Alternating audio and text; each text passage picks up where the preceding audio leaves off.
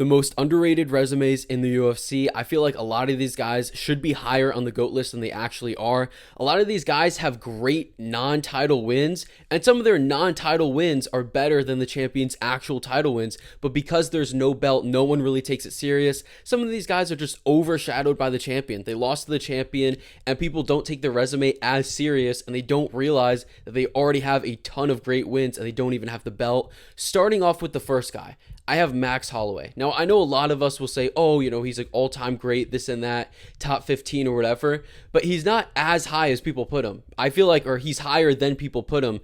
I feel like he's around like number 7 all-time. His resume is insane. He's been around forever.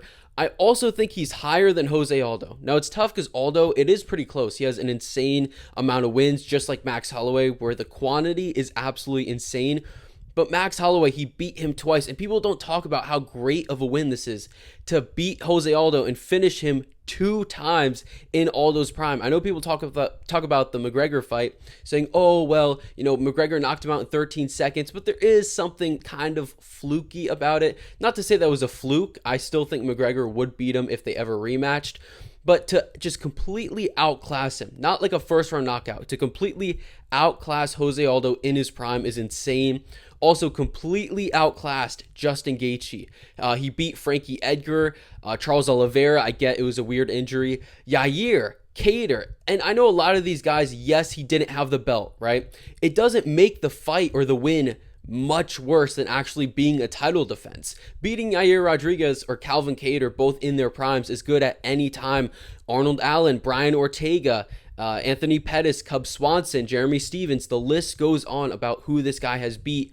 And I honestly feel like if Volkanovski didn't exist, if he never went to the UFC, if he stayed playing rugby, Max Holloway would be a top 3 fighter of all time because people put so much weight into title defenses. This guy would have about 7 or 8, and I don't think it makes that much of a difference, but to other people it does. He would have about 7 to 8 title defenses, however long, until Ilia Topuria came along, and I don't know if he beats him, in this scenario. I still think he probably loses to him, but he probably wouldn't be coming back down to 155 or 145. His weight cut wouldn't be as bad. So I think there is a chance he would be an all-time great, top 3, top 2, honestly. But again, people do not perceive Max Holloway as high on the GOAT list as I have him. I think his resume is super underrated. Starting off again with the next guy, Jiri Prochazka. This is the section where I feel like this Jiri Prochazka is overshadowed by Alex Pereira. I really do. I feel like no one, again, really looks at his resume. If we look at his resume, look at the quality. Dominic Reyes, the guy who beat John Jones. I know some will say, oh, Jones won. Even if you think John Jones beat Reyes, right? Jiri Prochazka still beat Dominic Reyes better than John Jones beat him. And he knocked him out. He outclassed him pretty early. That is a phenomenal win. Then you have Ozdemir. Knocked him out again. Outclassed him again. I think that may have been on short notice too. Rakic. People beat Rakic. He's a very good fighter, but he's been beaten before. Not like that, where you finish him. I don't know if Rakic has ever been finished. He may have. Again, he was losing the first round, but still the second round was an insane performance from Jiri. He submitted Glover Teixeira. That's insane. And then Jamal Hill, again, outclassed him. We could say Alex Pereira, this and that, already done it. That is true. But to go out there and just knock him out, put him out. I know Alex did it, but I feel like this was Jamal Hill at his absolute best. No one talks about it, but him and Alex Pereira at 205, obviously Pereira does have the better resume because he has Jiri Prochazka on it 2 times. But they're pretty close. And I feel like if Pereira loses to Magomed, I don't think he's going to fight contenders. I don't think it's going to be, a Pereira and Olberg fight or whatever. I think that Jiri is going to build up a better resume at 205. His big issue is he has to face Magomed Ankalaev, which I don't think he's going to beat. I have no confidence that he's going to beat Magomed. But I think he could beat every other contender because of his power, because of his durability. I think he can beat a Khalil Roundtree. I think he can beat an Olberg. I don't know if he does, but I think, it's very possible. I think when it's all said and done at 205, you could argue, again, he has a better resume than Alex Pereira. Obviously, the 2 losses are what's really hurting him, and they were bad losses. I mean, he didn't, in that second fight, he showed nothing. He got absolutely just dominated, finished very early, and it wasn't a fluke at all. Pereira is just clearly the better fighter than Jiri, but he's made improvements, so we'll see. Next up, we have Magomed Ankalaev. This is another guy in the same division that I feel like is being completely underrated, and no one looks at his resume. Because everyone just thinks about him, oh, he finally got the belt or whatever. But for some reason, no one talks about him clearing out nearly the entire division before he even got the belt. I know he has no title defenses yet. I do think he beats Alex Pereira in the rematch. And if we look, I believe he has 6 wins in the top 12. 6 wins of the top 12. He's beat, in my opinion, Jan Blachowicz. I think he should have got that win. And that may have put it at 7 in the top 12. Ozdemir, that's another one he beat, very good win. Rakic, very good win. Krylov, another good win. Johnny Walker, another good win. I know people say, oh, these aren't good wins, they're okay, which I get where they're coming from. You know, Johnny Walker isn't the best fighter, but to be fair, he's a guy in the top 12. Like, he is a top guy in the light heavyweight division. Santos, that was another pretty good win. Anthony Smith destroyed him. And Alex Pereira. This guy, Magomed Ankalaev, he's honestly very close, even though he doesn't have any title defenses. He's very close to becoming an all-time great because I don't think he loses anytime soon. I think that this is a guy who's going to beat Jiri Prochazka. I think he's going to beat Olberg. I think he's going to beat anyone else at 205. I think he's going to beat Pereira in the rematch.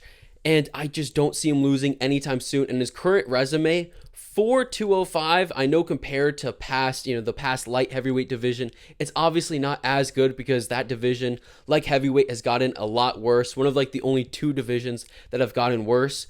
But for people who are there in that division, he's done a great job. He's defeated so many guys. And this is all because the UFC didn't want to give him a title shot. So yeah, he's another guy who has a super underrated resume. The next guy, Khabib. Now, this may be a hot take because a lot of people will say, Khabib, he's overrated, this and that. He's the most overrated fighter. I would agree with you if this was 2020, 2021, 2022, 2023. People don't overrate really Khabib anymore. And the people that do are his super fans, and super fans are just going to overrate their favorite fighter. That's just what's going to happen. But if we look at his resume, I don't have him that much higher on the GOAT list than everyone else. I think he's top 10, but I don't think he's very high. He's closer to 10 than he is number 1. I think everyone should have it that way. The thing I disagree with people why his resume is underrated is people have this narrative that he only has 3 good wins. He only beat McGregor, Poirier, Gaethje. And I know it's striker versus grappler. It wasn't great matchmaking, this and that. But the way that he beat him was super impressive. And they're still good fighters. It's still a good win. Dustin Poirier, Justin Gaethje, even Conor McGregor in 2018, I know he had a layoff. It's still a good win. No one talks about his pre-title wins, and they're honestly, I feel like almost as good. You know, Edson Barboza, RDA, Michael Johnson, not as good, but they're pretty good pre-title wins, very good. And the reason he had so many of these is because he kept on getting injured, and he had to re-earn his spot, almost like an Arman Tsarukyan, where he had to keep on fighting the number 1 contender or whatever until he actually got the title shot. Also because of Conor McGregor not vacating, holding the belt forever. But yeah, Khabib, he's another guy. I think his resume is honestly pretty underrated. And I wouldn't say he's super overrated unless you have him in the top 5 or something. But yeah, he's another guy. Moving on to the next one, Kamaru Usman fighting this weekend, Joaquin Buckley. I think I'm going to upload this after the fight. But regardless if he beats Buckley or not, he's another guy where I feel like his resume is pretty underrated. And he's closer to GSP than people give him credit for. If you look at their 2 resumes, he's not that far off. Everyone says, oh, GSP is so much higher than Kamaru, this and that, whatever. The gap is super big from 1 to 2, then to 2 to 3. But Usman, his resume is insane. Again, crazy pre-title wins. Leon Edwards, Sean Strickland, Damian Maia, RDA before he got the title is insane. His wins have aged very good. And Tyron Woodley, that's one of the most underrated title performances of all time. To 50-45, Tyron Woodley. And I know people will say he was washed, but he wasn't that old. I don't think he was washed. Maybe it wasn't prime Woodley. But regardless, if Woodley lost to any other person, it wouldn't be prime Woodley. So it's like you could never beat prime Woodley. But that was another phenomenal title win. Masvidal twice, Colby twice. I get it. Those aren't the best title wins in hindsight compared to the current 170 division. They're still good title wins. Gilbert Burns, very good title win, finishes him. Colby Covington, that was a great performance. The first fight, I think the first Masvidal fight honestly wasn't a great performance, and the second Colby fight wasn't a great performance. People forget that 3, 4, and 5 was very close of that fight, but knocking out Jorge Masvidal, the only guy to ever finish him by knockout, I believe, absolutely insane. An all-time great. Moving on to the next guy, Nassourdine Imavov. I like Imavov. He's actually one of my favorite fighters. I feel like he's super underrated. And that Israel Adesanya win, that knocking him out, I was really not expecting that. That is a better win than I think Dricus du Plessis defending his belt against Sean Strickland in the rematch. And there's other guys too. It's not just Dricus du Plessis. I think that's a better win than like Volkanovski defending his belt against TKZ. This is one of the best pre-title wins you'll ever see. Knocking out Israel Adesanya is insane. Not by fluke, a genuine knockout. He already beat Joaquin Buckley. Already beat him. If Buckley beats Usman, which I think he will, I mean, we're talking about a guy in the top 6 at 170, which is a better division. He beat Brendan Allen. That's another good win. Dolidze, Cannonier. He should have beat Chris Curtis. He was on his way. He was going to beat him. But yeah, his resume is absolutely insane. And he may have another fight. He may face a Baralho or whatever before he gets the title shot. Imavov, his big weakness is I think he can beat Dricus. I don't know if he would beat him. He's just not going to beat Khamzat Chimaev. He doesn't want to fight him either. Him probably never getting the belt is what's going to hold him back. But he seriously is a top contender in the division, and his resume it's just wild how many guys he's beat. I think he's beaten, 4 guys in the top 10, top 11, something like that. Super impressive, and it may be 5 wins in the top 10 very soon. Next up, we have Movsar Evloev. I believe he has 3 wins in the top 10, and they still are not giving him a title shot. I don't know if he'll ever get a title shot. It's absolutely insane. But again, the UFC, similar to Magomed Ankalaev, they're causing a lot of these guys that they're just keeping away from the belt to build up an insane resume before even getting the title shot. Aljamain Sterling, Arnold Allen, Diego Lopez, Dan Ige, 3 wins in the top 10, 4 wins in the top 15, and all of those are really good wins. Beating Aljamain Sterling, because I know the Lopez was on short notice and he wasn't as, good back then as he is now. Beating Aljamain Sterling, out-grappling him, it was a very close fight, but still, is a better title win than like Volkanovski, TKZ, or like Max Holloway. I think it may even be better than like a Max Holloway, Brian Ortega. I mean, seriously, beating Aljamain Sterling is such an insane win. Another guy that has a super underrated resume because he's being held hostage from the belt. Moving on to the next guy, Frankie Edgar. I feel like no one talks about Frankie Edgar as like a top 15, top 20 guy, but if you look at his resume, BJ Penn 3 times, Chad Mendes, Uriah Faber, Yair Rodriguez, Jeremy Stevens, Cub Swanson, Charles Oliveira. His only downfall is he couldn't beat the guys like Jose Aldo. He couldn't beat guys, obviously, like Max Holloway. But that Max Holloway fight, another underrated performance. He did very good in that fight. I think the scorecards were like something crazy, like 49-46 or 50-45, which it may have been. But those rounds were super close. There was like 2 to 3 super close rounds in that fight.